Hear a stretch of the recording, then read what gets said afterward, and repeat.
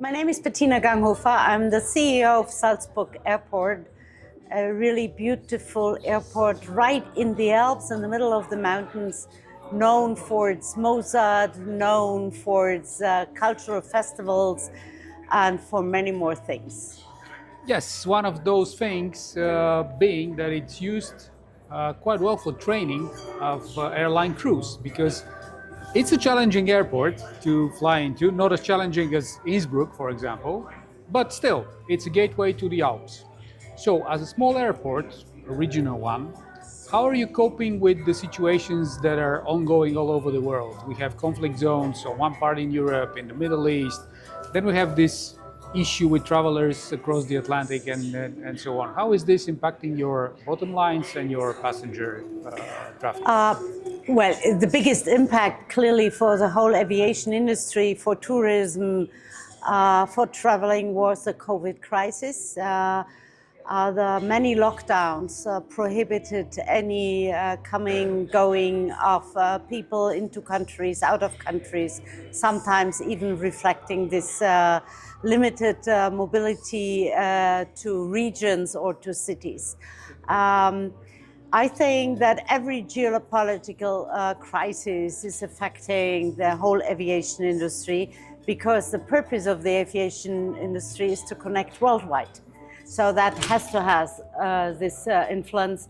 Or like if we have ever a repetition of what comes out of Corona or other viruses, I have no idea. What you do is really listen to the markets, talk to the airlines, find new ways. Sometimes you detour. Maybe you can put a bit of a base at your hometown or home airport where it is safe to give the airlines a different perspective. So you have to be creative. How you manage seasonality in Salzburg? Because Alps are famous for both seasons, summer and winter, but in between, perhaps there is a gap. We are very proud. We recently achieved a reward for being the most punctual and most efficient winter airport of all the winter airports which are in the Alps. So we are quite proud. I mean, that's thanks to my team. We decided some 8 years ago that we want, besides the winter, to focus the other seasons as well. And also the shoulder seasons are getting more and more important. So that our strategy reflected it. So we have improved. We started with, I think, 70% winter, 30% summer. We are now in a 50-50 situation that winter is very strong, but the rest of the year is approaching. And shoulder seasons are getting more and more attractive also for the airlines because they learn that those seasons can reach passenger streams they haven't had before.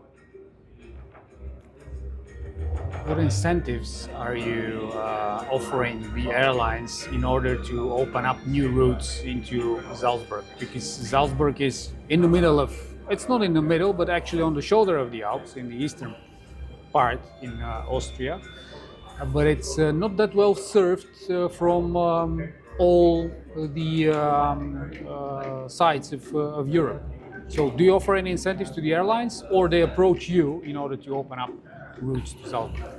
Well, you know, the fee scheme is by governmental procedures fixed. So yes, we have incentives for new routes, for adding frequencies, for new destinations. Everything like this is coming in. But I would say it's still very reasonable. If an airline comes first into the market, the marketing support will be much more than an airline which has been in the market for years and everyone knows the product, the brand, and the name of the airline who is serving certain destinations.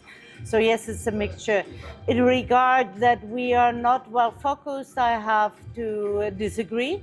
Actually, our location in the region is one of the richest in Europe. We belong to the top 20 or 30 regions out of those 200 and something EU regions, and we're doing well.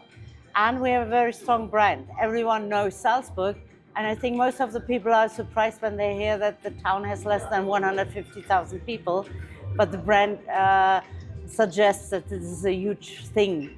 It's huge because of the cultural events, it's huge because of the sports, it's huge because we have a lot of headquarters in the region, and that's supporting also for the airport's future. What is the catchment area of Salzburg? Because we know that Munich, for example, is the largest airport, which is really close by. It's Yes, easily reachable I see it as a motorway. protective measure. Yeah. Yes, there is nothing in between Munich and us. That is a good thing. And Munich offers solutions I cannot offer. That means they have much more long-haul flights than I will ever be able to offer into my market.